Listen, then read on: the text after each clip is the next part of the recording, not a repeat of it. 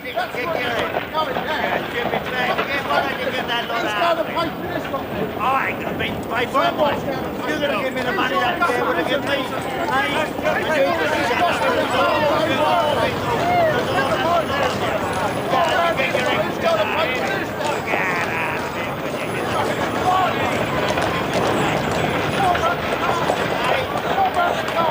about?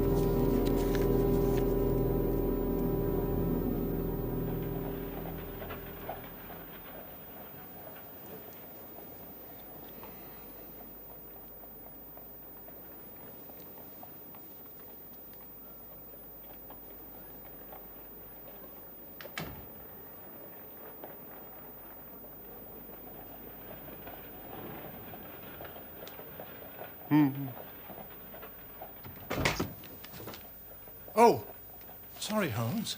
No, no. You couldn't have come at a better time. Well, I was afraid you were engaged. I am, very much so. Dr. Watson shares my love of all that is bizarre and outside the routine of everyday existence. It is at present impossible for me to say whether this case is an instance of crime or no. But suffice it to say that I know as little about Mr. Jabez Wilson as you do yourself, beyond the obvious facts. That he has done manual labor at some time, that he takes snuff, that he has been to China, and that he has done a considerable amount of writing lately. How in the name of good fortune did you know all that, Mr. Holmes? Yeah, true as gospel. I once did manual labor. I started off as a ship's carpenter. Your hands, my good sir. The muscles of your right hand are more developed than the left. And the writing? What else could be indicated? By the right cuff, so very shiny for 5 inches. And the left sleeve with the smooth patch near the elbow where you lean it on the desk. But China. The fish, tattooed immediately above his right wrist. I have made a small study of tattoo marks, Mr. Wilson, and have even contributed to the literature of the subject. That trick of staining the fish scales a delicate pink is quite peculiar to China. When, in addition, I see a Chinese coin hanging from his watch chain, the matter becomes even more simple. Oh, never. I thought at first it was something clever, but now I see there's nothing in it after all. Oh. Now, I begin to think that my reputation, such as it is, will suffer shipwreck if I'm so candid. Omne ignotum pro magnifico. Everything becomes commonplace by explanation. Watson, that is a very loose translation. Oh, please, show the doctor that advertisement. Oh, there. You can read it for yourself, sir. To the Red-Headed League. On account of the bequest of the late Ezekiah Hopkins of Lebanon, Pennsylvania, USA, there is a vacancy open which entitles a member of the League to a salary of £4 a week for purely nominal services. All red-headed men, sound in body and mind, and above the age of 21 are eligible. Apply in person on Monday at 11 o'clock to Mr. Duncan Ross at the offices of the League, 7 Pope's Court, Fleet Street. Is this serious? It is a little off the beaten track, eh, Watson? Oh, would you make a note of the paper and the date? Evening Standard of Saturday the 27th of April, 2 months ago. Do try the city. Now, Mr. Wilson, off you go at scratch and tell us all about yourself. Oh, well, gentlemen, I have a small pawnbroking business in Saxe-Coburg Street, near the city. It's not a very large affair, it just gives me a living. I used to keep 2 assistants, but now I just keep the one.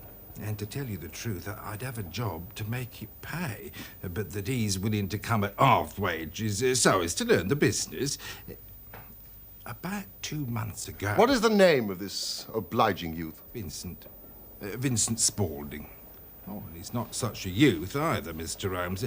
He's difficult to say his age, but I couldn't wish for a smarter assistant. You seem most remarkably fortunate in having an employee who comes under the market price. I don't know that your assistant is not as remarkable as your advertisement. Oh, but he does have his faults. And never was there such a fellow for photography, always snapping away with his camera when he should be improving his mind, and then diving down into the cellar to develop the wretched thing. Still, on the whole, he's a good worker and no vice in him. It was he who first showed me the advertisement.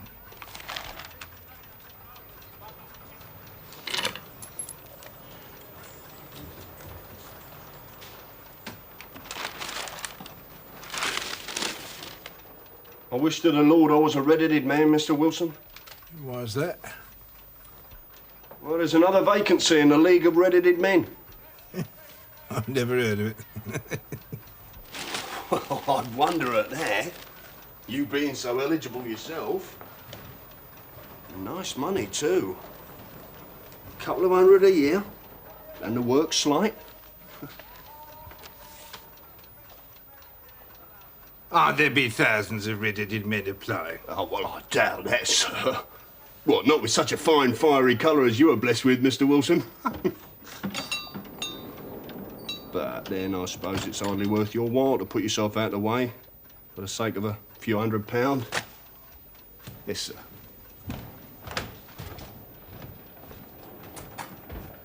Well, I'm very much of a stay-at-home sort of person. Sometimes weeks on end without putting my foot over the doormat. But this, it looked interesting. I was intrigued. And young Vincent said he'd come with me. So on Monday morning, we shut up the shop and off we went.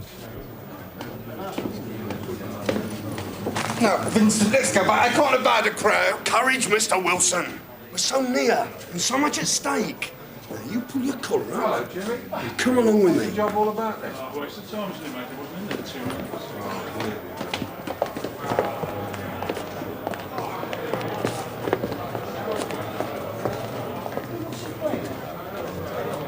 It's 8 o'clock this morning, mate. Oi! Oi! Oi! A little less noise, please, gentlemen. Hey, Governor, play the white man. Here! What's your game? Come on! Hey, get out of it! Hey, get out! Hey, Johnson, hey, cue him! Excuse us,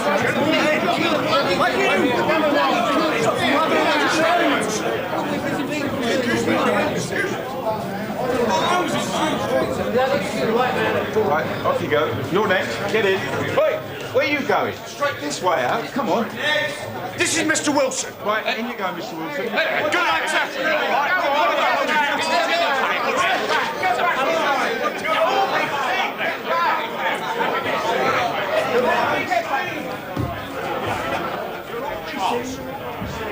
Admirably suited.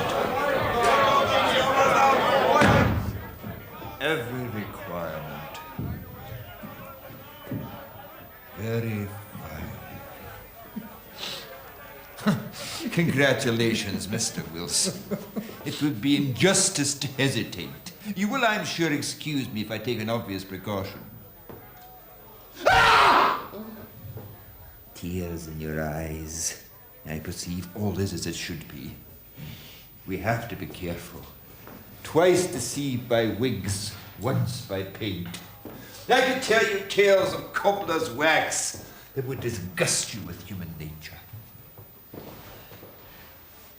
My name is Duncan Ross. I am myself a pensioner upon the fund left by a noble benefactor. I see you're about to question me about Mr. Ezekiah Hopkins. He was himself red-headed. In his youth, he left London for America, where he made many millions of dollars. On his death, it was found, he had instructed the trustees in his will to make life a little easier for the red-headed men in the town of his birth. Wonderful colouring. Now, what's your full name, Mr. Wilson? Jabez Wilson. Jabez Wilson. And are you a married man, Mr. Wilson? Do you have a family? No, I'm a widower. No, I never had any family. Oh, dear. Sad to hear you say that. The fund, of course, was for the propagation and spread of red-headed men, as well as for their maintenance. In another case, the objection might be fatal. However, I think we've got to stretch a point in favor of a man with such a head of hair as yours.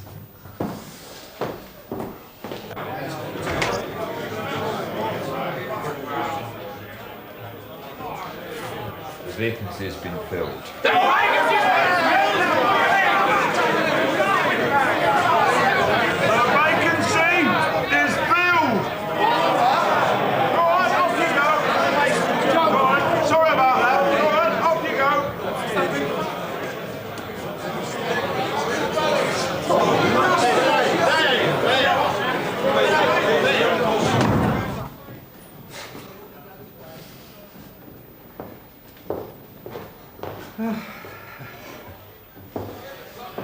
Now, when would you be free to start upon your new duties?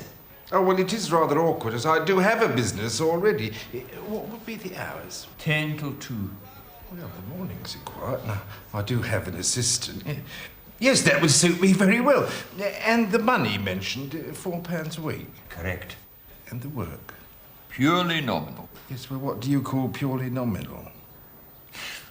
Well, you have to stay in the office, or at least in the building the whole time. If you leave, you forfeit your whole position forever. The will is quite clear on that point. Oh, I shouldn't dream of leaving. No excuse will avail, neither sickness, business, nor anything else. Here you will remain, or else lose your billet. Oh, no, I am quite clear on that point, but what exactly is the work? It is to copy out the Encyclopedia Britannica. There is the first volume. You will supply the ink, paper, and pen. We will supply this desk and chair. Now, would you be free to start next Monday morning? Oh, yes, certainly. Then, once again, my congratulations, Mr. Jabez Wilson, on the most important position you've been fortunate enough to gain.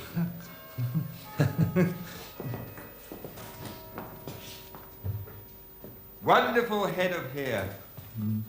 Goodbye, Mr. Wilson. Well done, Mr. Wilson. Well done indeed. This is the quickest way out, sir. Oh, this way. Congratulations.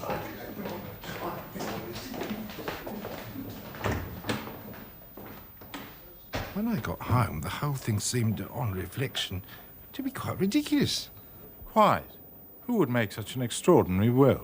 Not a very generous millionaire to make you buy your own pen, ink, and paper. Well, exactly, Mr. Holmes. I soon persuaded myself it was some great hoax or fraud. Then when Monday morning came along, it did seem stupid to turn down a good job, so, off I went and bought a penny bottle of ink and a pen and 7 sheets of foolscap paper, and I set off for Pope's Court.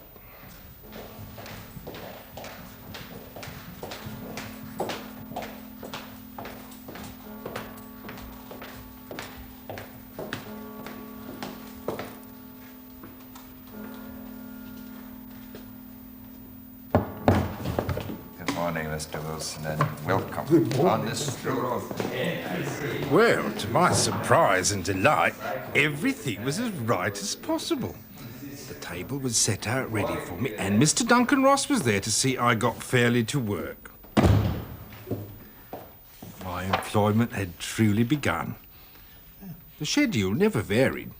My work started at 10 o'clock and ended at 2 o'clock, with a small break for my lunch at 12:30. Every Saturday at 2 o'clock, Mr. Ross would come in and give me my money, I see. compliment me upon the amount that I'd written, and then we'd both leave. Mr. Ross locking the door after me. Artichokes, I find, were simply fascinating, you know. They have a kind of bloom on them. But amiable, I also thought was A, but it was H after all. I thought that was very interesting. Good morning.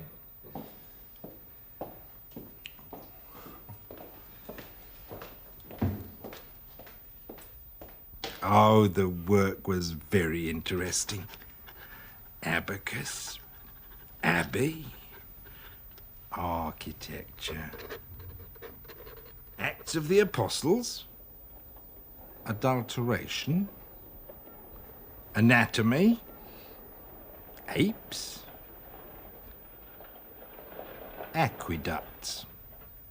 After 8 weeks, I'd fairly dealt with the letter A and was hoping with diligence to get on to B, when suddenly this morning the whole business came to an end.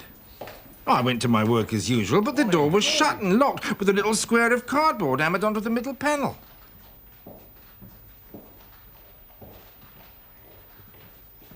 Oh, excuse me. Have you seen Mr. Duncan Ross this morning? Ross? Ross? Never heard of a gentleman of that name, sir.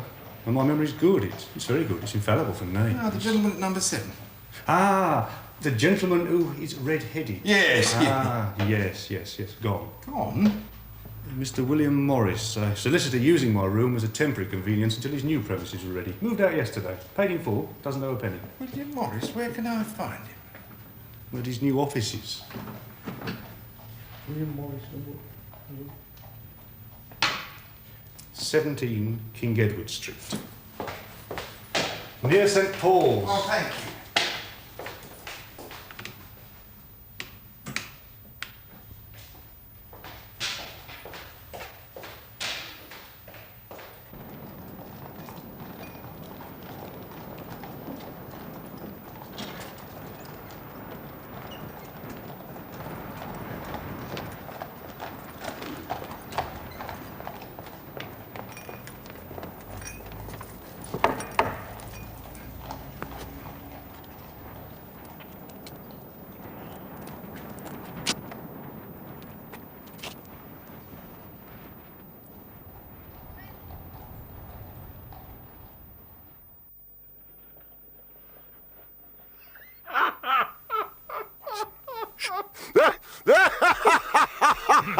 I don't see there's anything very funny about it.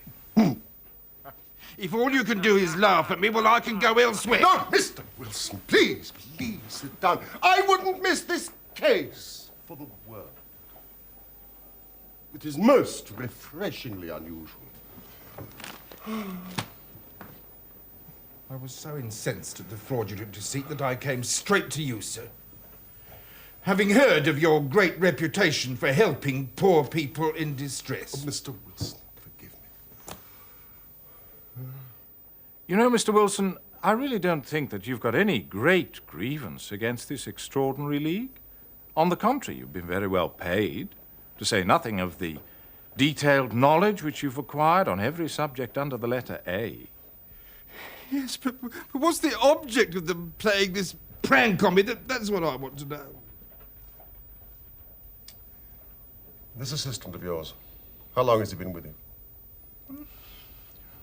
Well, about 3 months. How did he come? Well, he answered to an advertisement. Was he the only applicant? No, I had 12 others. Why did you pick him?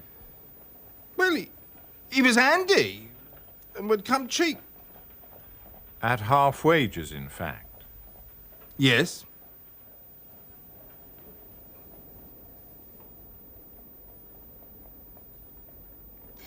What's he like?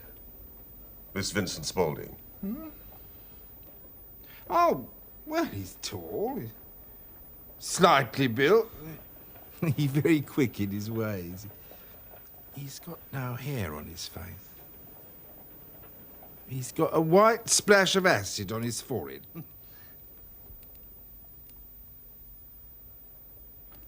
Have you ever observed whether his ears have been pierced for earrings? Yes. Yeah, he told me a gypsy had done it for him when he was a lad. Yes. He is still with you? Yes. Yeah, I would have just left him. Mr. Wilson. You will be at your shop if I should need you. Well, I had thought of shutting up shop at dinner time today because Vincent had suggested I spend the rest of the weekend with my sister in Barking. This whole business has upset my nerves very much. Well, you enjoy a restful weekend in Bath. Today's Saturday. By Monday, we should have a conclusion for you. In the matter of your fee. Don't worry about that. I believe it will be paid for by another.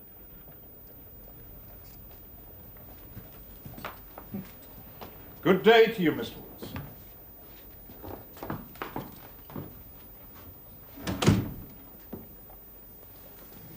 What do you make of it all, Watson?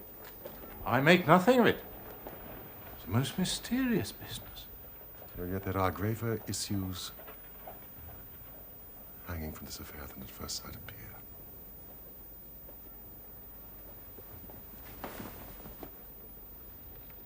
What are you going to do? To smoke. It is quite a three-pipe problem, and I beg that you won't speak to me for 50 minutes.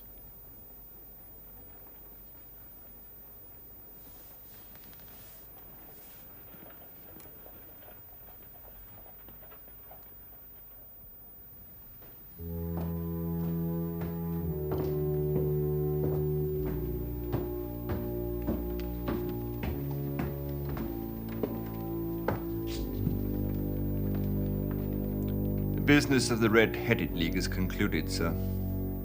Satisfactorily, I trust? Most satisfactorily, Professor. I'm pleased to report. Good.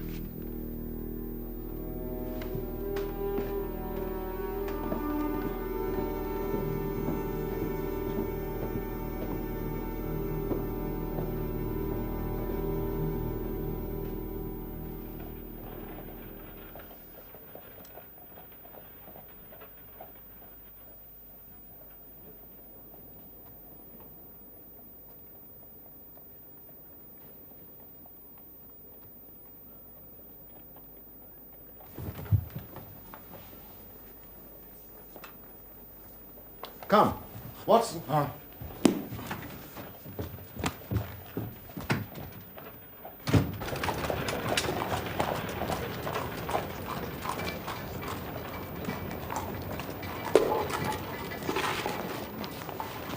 Excuse me. Can you tell me the way to the Strand from here? Third right, fourth left. Thank you.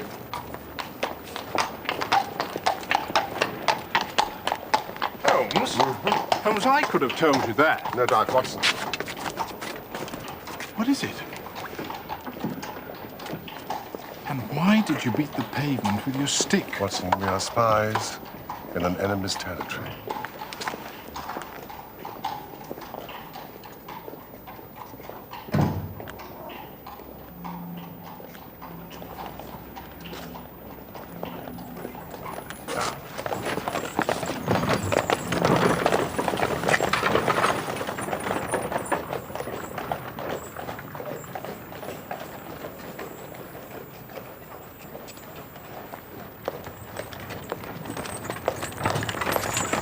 Hobby of mine to have an exact knowledge of London. Now, there is Mortimer's, the tobacconist. The little newspaper shop? Mm-hmm. Coburg branch, the City and Suburban Bank. McFarlane's carriage building depot. And the vegetarian restaurant around the corner. Watson, commit to memory. It is just possible that we're being observed.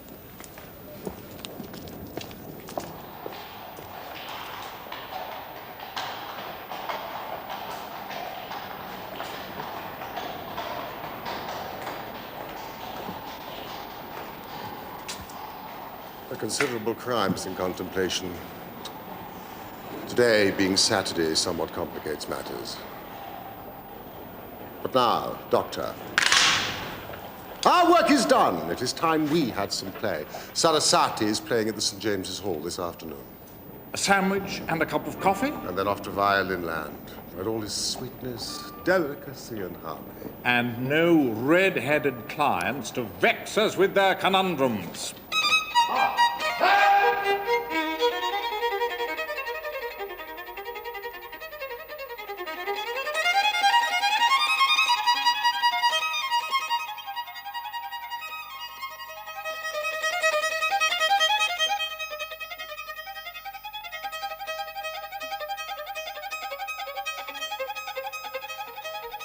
All the afternoon, he sat in the stalls, wrapped in the most perfect happiness, while his gently smiling face and his languid, dreamy eyes were as unlike those of Holmes the sleuth hound as it was possible to conceive.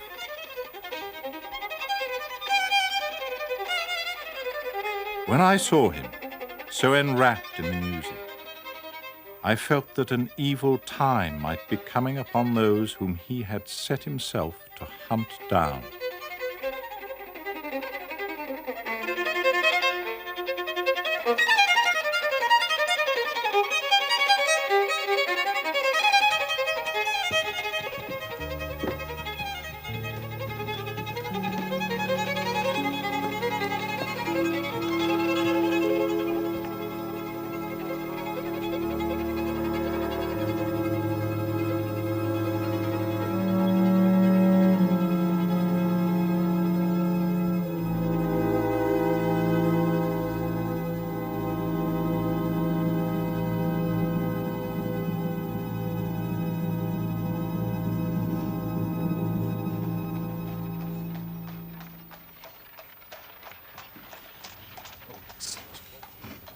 Excellent, Watson. You have a future as a cartographer.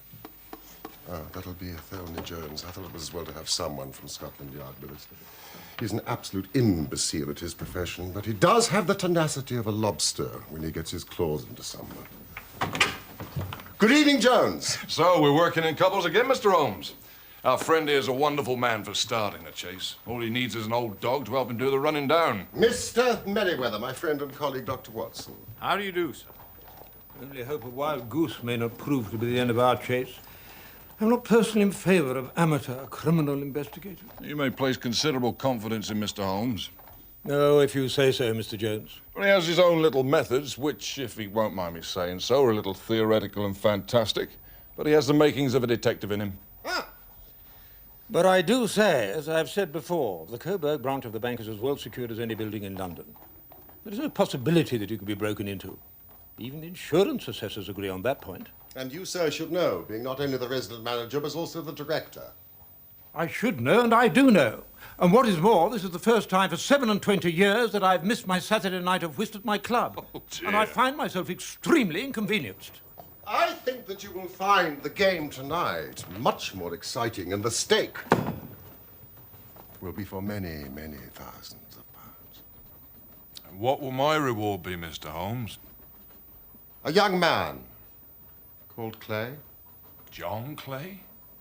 Oh, how I'd like to get my hands on that devil. You shall. This young fella's a gentleman, as Mr. Holmes says, but he's turned against his class. He's as cunning as the devil, slippery as an eel, and he's turned crib-cracking and forgery into a fine art. His grandfather was a royal duke, and he himself was educated at Eton and Oxford. So, Watson, bring the gun. Come, gentlemen. Our cab is below.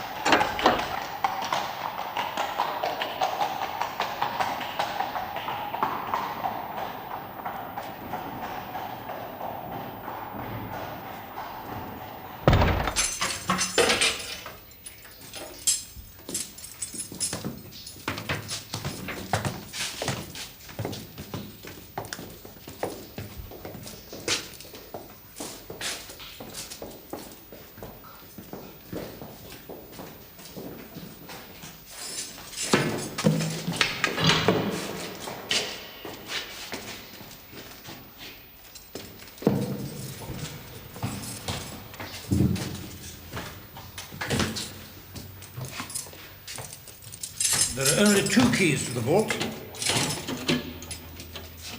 I have one. The chairman holds the other in his personal safe.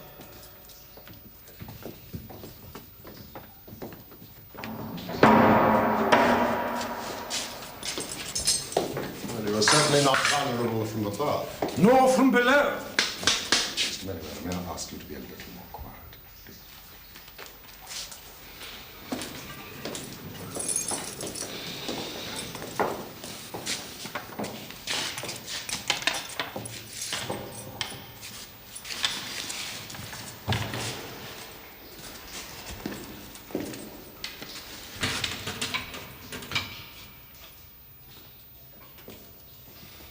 Might I get you to sit on one of those boxes and not to interfere?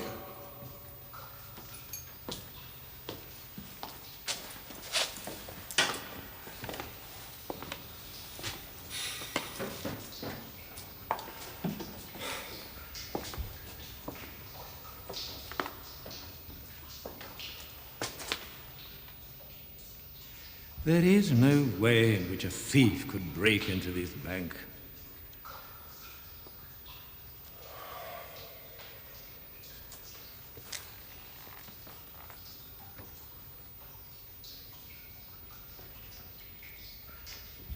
Is it a special reason why a thief should want to break into this bank? Nothing particularly. Something in the past few months? Something that you have concealed from us? The information I have is confidential, known only to the directors of the bank. It is not to be divulged to members of the public, not even amateur detectives. Private consulting detective, Mr. Merriweather. Unique in the annals of crime, I believe. Isn't that so, Inspector? Yes, Doctor. I advise you to cooperate with Mr. Holmes. Especially as at this moment I am trying to save your skin and that of your fellow directors. So what is it? Our French gold. We had occasion some months ago to strengthen our resources and borrowed for that purpose 60,000 Napoleons from the Bank of France. Therefore, our reserve of bullion is much larger than is usual in such a branch of the bank. Where is this gold? The crates upon which Dr. Watson sits contain 30,000 Napoleons wrapped between layers of lead foil. May we see it?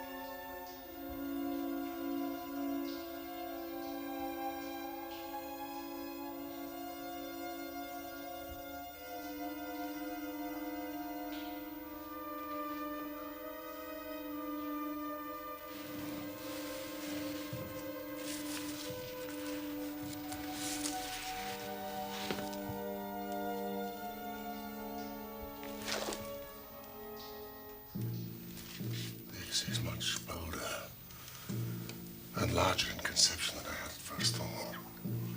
Wouldn't you say, Jones? I would indeed. This Clay's more of an amateur adventurer or spur-of-the-moment criminal. This long planning's not Clay's style at all, sir. Not at all. Unless it's a pawn. A much larger game. Mr. Merriweather, someone has had access to information of the most confidential sort. Careful plans have been laid. A mastermind has been at work. Are you suggesting that... I'm suggesting that it bears all the hallmarks of Professor Moriarty's work. Moriarty?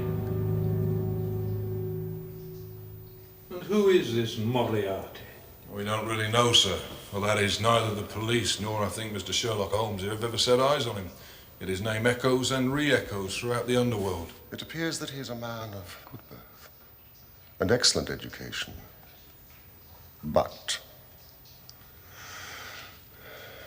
he has hereditary tendencies of the most diabolical kind. A criminal strain runs in his blood, which is increased and rendered infinitely more dangerous by his extraordinary mental powers. He is the organizer of half that is evil and nearly all that is undetected in this great city. He is never caught. His agent is caught, but the central power is never caught. Seldom even suspected. We shall not see the professor tonight.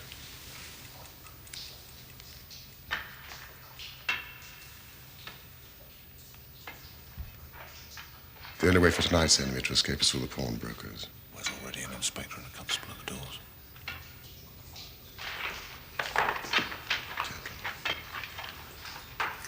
have only a few moments before this position.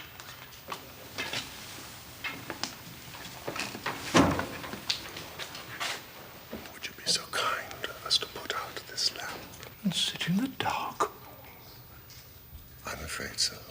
We cannot risk the presence of light.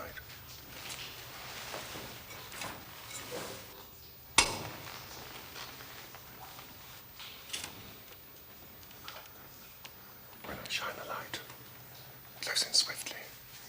If they fire, I have no compunction about shooting them down.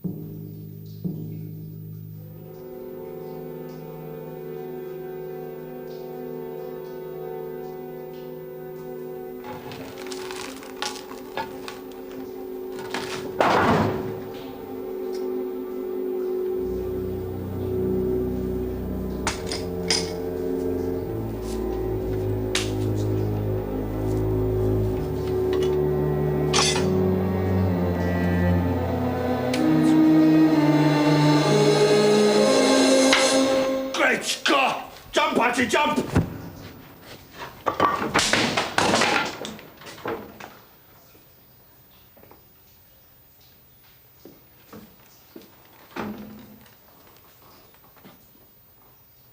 It's no good, John Clay. You have no chance at all.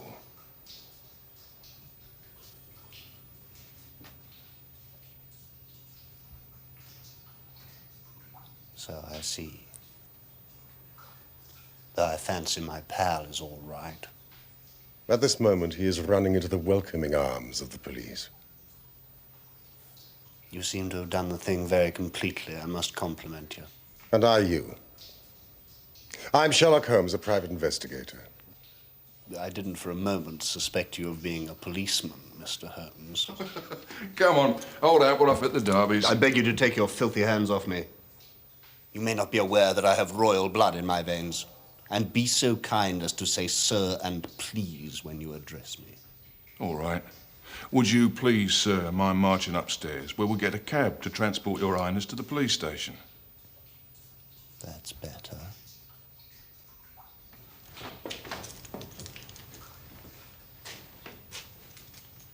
Gentlemen.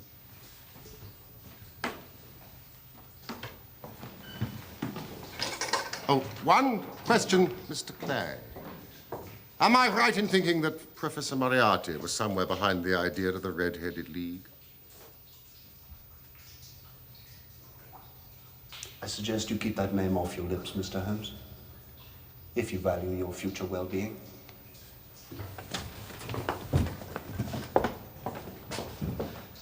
Really, gentlemen, I don't know what to say. Please forgive me, Mr. Holmes, for ever doubting your outstanding, your brilliant qualities. There is no doubt you have detected and defeated in the most complete manner one of the boldest attempts at bank robbery that has ever come within my experience. Mr. Merriweather, I have been at some small expense over this matter, which I shall expect the bank to refund.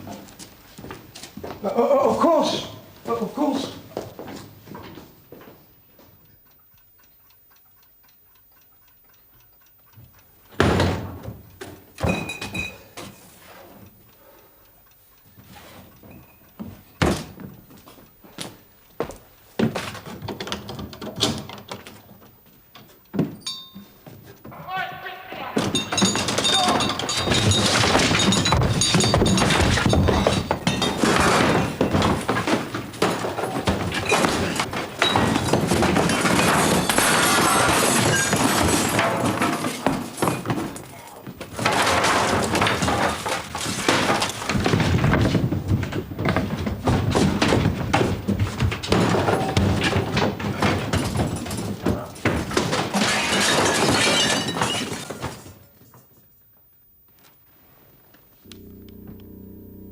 It won't do, you know.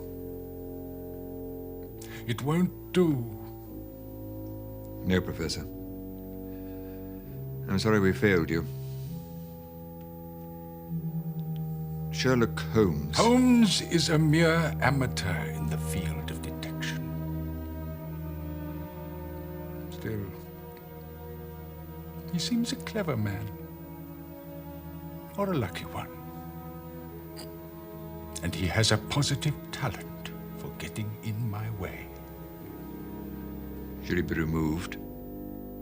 It may be necessary. It would be disappointing. I find him interesting. I believe this is the third time he has incommoded me. If this continues, then certainly something will have to be done to encourage Mr. Holmes either to withdraw or stand clear.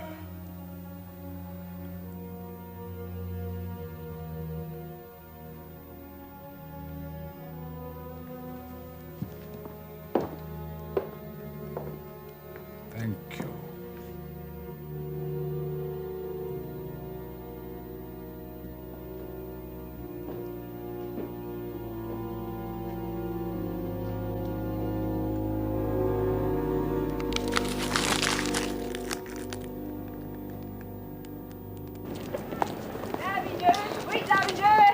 Morning, Constable. Lavender, sweet lavender. Lavender, sweet lavender. Beg your pardon, Dr. Watson. This has all been too much for me. My clients respect me as a man of confidence, but where's the confidence left here? I'm utterly ruined. Oh, cheer up, Mr. Wilson. You'll feel better when you've cleared up the mess. Well, that's all very well. And Mr. Holmes asked me to give you this. 50 sovereigns, with the compliments of the City and Suburban Bank. Well, that's fair enough. Oh, Dr. Watson, this is more than acceptable. And my compliments to Mr. Sherlock Holmes.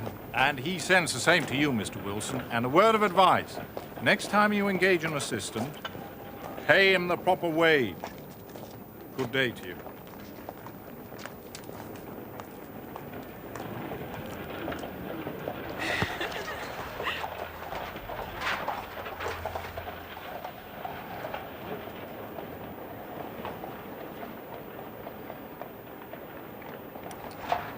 Oh. Holmes, I trust I am not more dense than my neighbors, and yet here I have seen what you have seen, heard what you have heard, and yet you have seen clearly not only what had happened, but what was about to happen, while to me the whole business was still confused and grotesque. Mr. Watson, recollect. When I heard that the assistant had come for half wages, it was obvious that he had some motive for securing the situation. Yes, but how did you know what his motive was? Had there been a woman in the house, I would have suspected immediately some vulgar intrigue. But when I heard from Mr. Wilson about the acid stain and the pierced ears, I knew that Vincent Spaulding and John Clay were the same person. But why was Clay there? The photography gave you the clue. Exactly. The cellar. He was working on something in the cellar. Something which took many hours a day. For 2 months on end, he was tunneling. But where to? When I tapped my stick on the pavement in the street that day, I was ascertaining whether the tunnel stretched in front or behind the building. It was in front, towards the bank. Could you tell me the way to the Strand from here? I recognized Clay immediately and delayed him to have time to examine his knees. They spoke clearly of many hours of tunneling, no doubt linking up with the maze of sewers beneath Saxe-Coburg Square. When they closed the Red-Headed League offices, it was a sign they no longer cared about Jabez Wilson's presence. In other words, the tunnel was complete. And that they would make the attempt on the Saturday was just a guess. Wilson, you disappoint me. I never guess. Saturday is an excellent night for stealing bullion. It gives you a full day to escape. Thank you, gentlemen. Thank you. Oh, you've reasoned it out beautifully, Holmes. It's so long a chain, and yet every link rings true. It saved me from ennui. You know, sometimes I think that my whole life is spent in one long effort to escape from the commonplaces of existence. No. You are a benefactor of the race, Holmes. Well, maybe it is of some little use after all. L'homme c'est rien. L'œuvre c'est tout. As Gustave Flaubert wrote to George Sand.